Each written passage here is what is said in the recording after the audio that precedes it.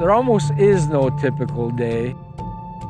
It's an activity-filled day, and it's different every day.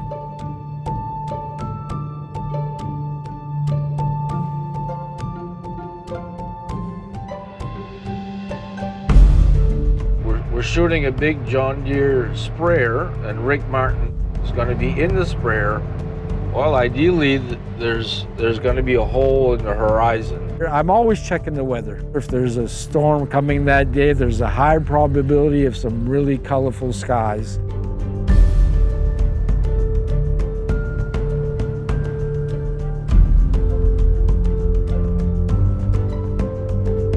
And I get this line, you got to be the most patient man in the world. I'm shooting 2.8, 1/6 of a second, because I want to minimize the shutter time. If the scene didn't happen within 2 or 3 minutes, I'm on to the next one or the next one. Yeah, there's no sign of color yet. It's all blue. A lot of people attribute things to luck. I don't think Paul attributes much to luck. How far would you go to do a shot? Well, there's a barn in Sear Plantation I just did last week. One day a year, the sun comes up and shines through both windows in front and in the back. And I've been 12 years trying to catch it, and I got it last week. Would you build a mountain? We're a little over 100 feet off the field road down there, and it's probably ended up at about 150,000 yards of fill. So it makes a nice spot for photography. Would you spend a week building a set that would bring a bear out to look through the lens of a camera?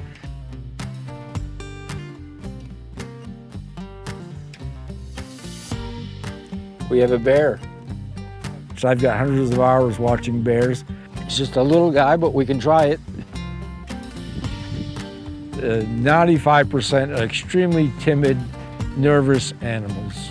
And they can run 10 times faster than me. And I'm not foolish. I'll keep a truck door open. Wow, this is good. Oh. You're looking out, Griffin. Look at him. Look at him.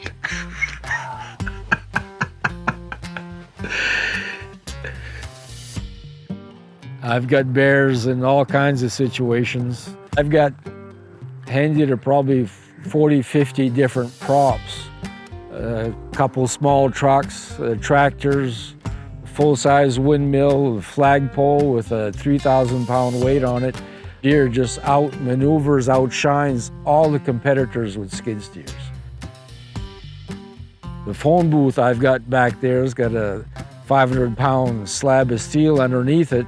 I picked the whole thing up and brought it out back, and I put a bear in the phone booth. Bears won't hang around unless there's something to eat. And then it would relax, and I could get them to do almost anything. This is like a peekaboo shot. Now, of course, I'm giving away some of my secrets here. We cut a hole in the back of the tree to put food in. The photography on this property would be tough to do without my fleet of John Deeres. If the light or the scene isn't right, I'll pick up those props and put it where I want. This is really the beast in my collection. Extremely powerful, extremely capable. I wore out my left arm, and I was having a hard time moving PTO shaft. And the light bulb went off one day. I said, you know, I can put a blower, I can put a tiller, I can put a bush hog machine, I can do all of that stuff on the front of the skid steer. He just loves equipment, and there is physically nothing that he won't attempt to do. If he decides he wants to do something, he does it. I do stuff with my skid steers that, you know, people have just seem to believe. That's a 333E. That was the model I got before now.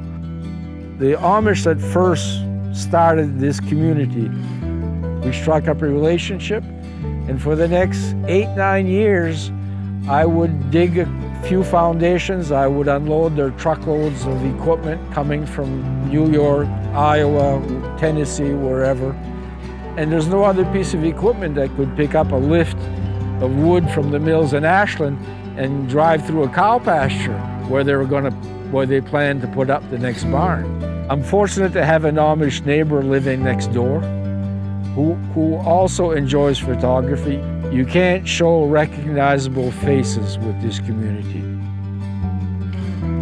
He has a great shot of the Amish cutting ice, and it is a great moment in history that if you didn't know better, you would swear you were still looking at it being done on a daily basis, and you were 70 years back. I've had one doing laps on this hill with a full moon setting. I'll get about a half a mile away where that truck is with a long lens, so the moon is huge, and the horse and buggy only take up maybe a quarter of the moon. As the moon comes down, obviously they're taking up bigger, but he's just doing laps here till I motion him or flash him with a light that, okay, we're all over. And it's a unique picture.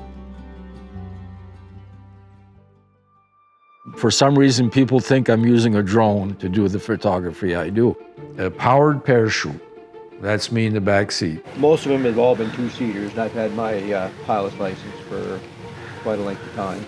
I mean, we can go up and we can shoot pictures 5 miles from here, 10 miles from here. We can go to Limestone if we want. A lot of my photography is farm-based. 5, 6 years ago, or even further back when GPS came in, when we'd fly down a set of rows, we were just in awe at how straight they were. In the past 2 years, I don't think we can find a piece of ground anywhere that's been planted that wasn't using John Deere and GPS. Every year, the amount of green in the fields is increasing. I'm just amazed. I mean, I grew up riding the back of a 2-row planter. Now they're planting like 12 rows. I was the oldest of 6 on the farm and grew up with a father that was pushing, and I'm glad he did. My father's name was Albert. I say I get Albert's degree.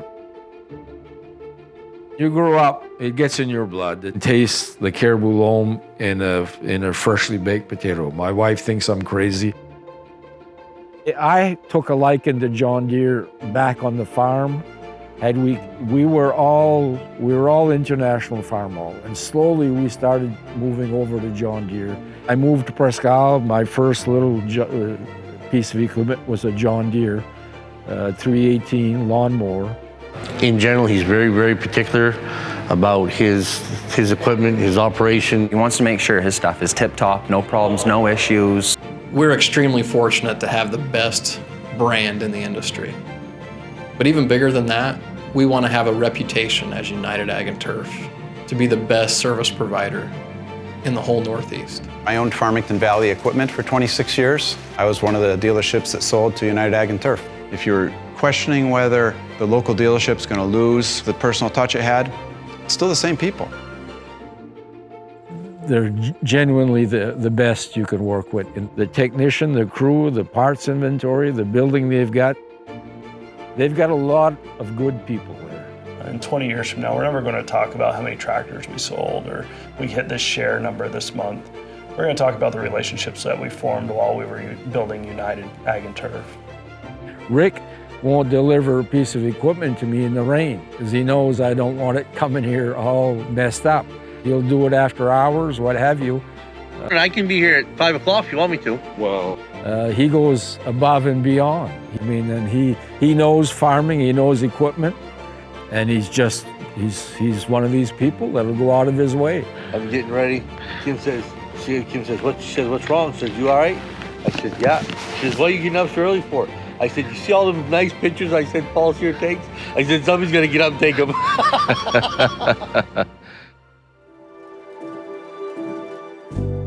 I grew up on a family farm and I enjoyed it, and then I got away from it. I remember first coming out here when I bought this lot. I had a little tractor with a bush hog and I was out clearing the piece of ground and I thought, man, I'm coming back home.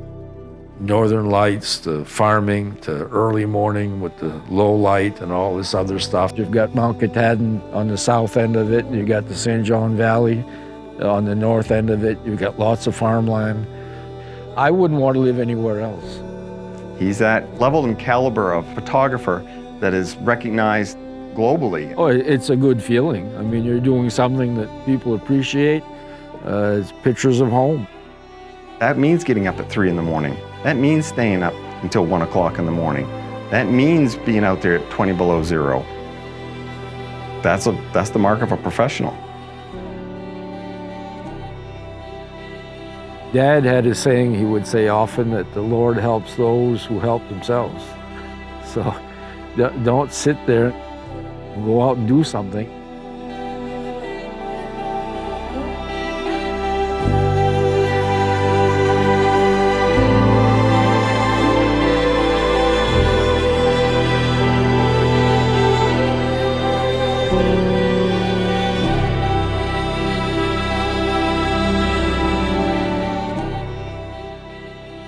We're all making sure that everyone's happy no matter what part of the dealership you're in.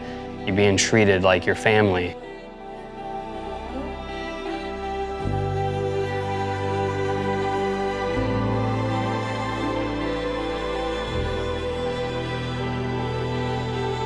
I keep saying that we're united. I love that saying. I mean, it's just not cliche for me. When I say it, I mean it.